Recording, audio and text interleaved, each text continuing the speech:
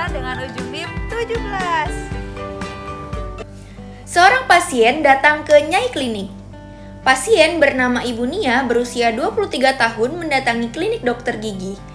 Ibu tersebut mempunyai riwayat sakit gigi yang spontan pada 1 bulan yang lalu. Tetapi belakangan ini sudah tidak timbul lagi rasa nyerinya. Beliau datang dikarenakan terdapat perubahan warna pada giginya. Pasien membawa hasil radiografi yang telah dilakukan sebelumnya. Dokter gigi melihat hasil radiografi untuk menegakkan diagnosis terhadap keluhan pasien. Sepertinya gigi ibu ini sudah mati, Bu. Jadi, tapi untuk menegakkan diagnosis ini, saya harus melakukan pemeriksaan terlebih dahulu. Mungkin kita lakukan pemeriksaan terlebih dahulu ya, Bu, ya, di sebelah sana. Silakan. Dokter gigi memeriksakan keluhan pasien pada dental chair. Pemeriksaan yang sudah tadi saya lakukan kepada ibu dan berdasarkan hasil dari radiografi yang ibu berikan ini, jadi pada gigi depan ibu itu tadi adanya lubang yang sangat besar, gigi berlubang yang mungkin sebelumnya ibu sudah pernah melakukan ini ya, ditambal giginya. Iya dokter, sudah. Iya betul berarti. Dan dari hasil tes dari rangsangan dingin, apakah ibu merasakan? Tidak merasakan apa-apa. Pada saat saya ketuk pun ibu tidak merasakan apapun kan ya, Bu? Iya. Ya itu berarti menurut hasil dari anamnesis saya, ibu ini mengalami nekrosis pulpa. Jadi nekrosis pulpa itu adalah gigi ibu itu mati, Bu. Jadi sudah tidak ada lagi rangsangan-rangsangan dari sarafnya. Dan berdasarkan pemeriksaan tadi saya lakukan juga, memang pada gigi ibu yang gigi depan itu sudah adanya perubahan warna.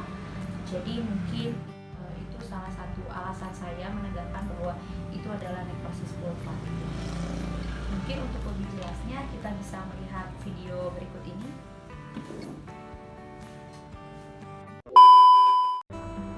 Yang pertama yaitu pengertian dari nekrosis pulpa. Menurut buku Cohen Pathway of the Pulp, nekrosis pulpa adalah keadaan diagnostik klinis di mana terjadinya kematian pada pulpa gigi. Sedangkan menurut Textbook of Endodontic, nekrosis berarti kematian. Nekrosis pulpa adalah kematian jaringan pada pulpa yang diakibatkan oleh peradangan pada pulpa yang tidak dirawat. Yang kedua yaitu etiologi dari nekrosis pulpa.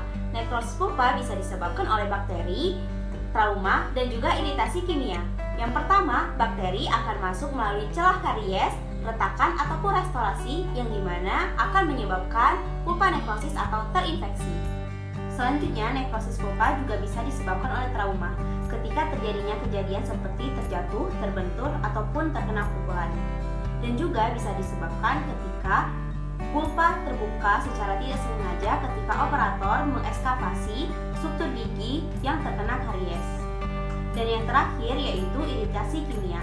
Salah satu contohnya ialah penggunaan etsa asam. Bila etsa asam digunakan atau diaplikasikan sebelum mengaplikasikan restorasi komposit, maka dia akan merangsang pulpa dan menyebabkan rasa nyeri dari ringan hingga parah. Poin ketiga, patogenesis nekrosis pulpa. Patogenesis nekrosis pulpa diawali dari pasien yang mengalami pulpitis reversibel. Apabila pulpitis reversibel tidak dilakukan perawatan, maka akan menyebabkan inflamasi terus berlanjut dan akan menyebabkan bakteri mencapai kamar pulpa, yang akan menyebabkan makrofag gagal memfagosit bakteri. Makrofag akan menghasilkan MMP atau matriks metaloproteinase. Karena makrofag gagal memfagosit bakteri, maka akan menyebabkan bakteri akan semakin banyak, yang akan menyebabkan membran sel dalam pulpa akan lisis. Karena membran sel dalam pulpa yang lisis tadi, maka akan menyebabkan sel dalam pulpa mati. Makrofag yang menghasilkan MMP atau matriks metaloproteinase itu dapat mendegradasi kolagen dalam pulpa. Maka kedua hal tadi, yaitu sel dalam pulpa yang mati dan degradasi kolagen dalam pulpa, itu akan menyebabkan pulpitis irreversibel. Pulpitis irreversibel apabila tidak ditangani, maka akan terjadi nekrosis lokal yang akan menyebabkan respon inflamasi meningkat, kemudian menyebabkan makrofag dan neutrofil memfagosit jaringan yang nekrosis.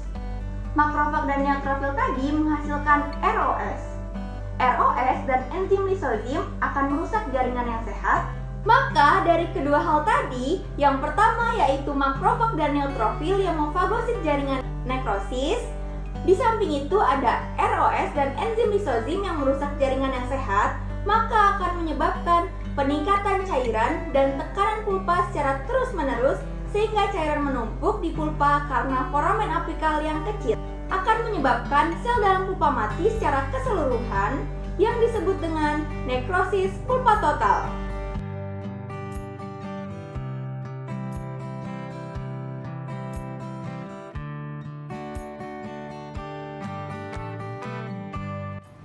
Bagaimana Ibu dari video yang tadi saya sudah putar, apakah Ibu cukup memahami?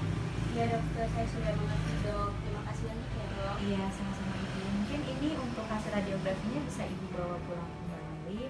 Dan untuk perawatan yang tadi sudah saya jelaskan, mungkin bisa Ibu pikirkan kembali apabila Ibu masih ragu ya Bu ya. Baik dokter, nanti saya pikirin dahulu ya dok. Nanti saya bantu lagi Ibu. Sepertinya sudah cukup dok. Terima kasih banyak ya dokter. Iya, sama-sama Saya pamit Ibu. dulu ya dok. Iya Ibu. Terima kasih dokter. Iya,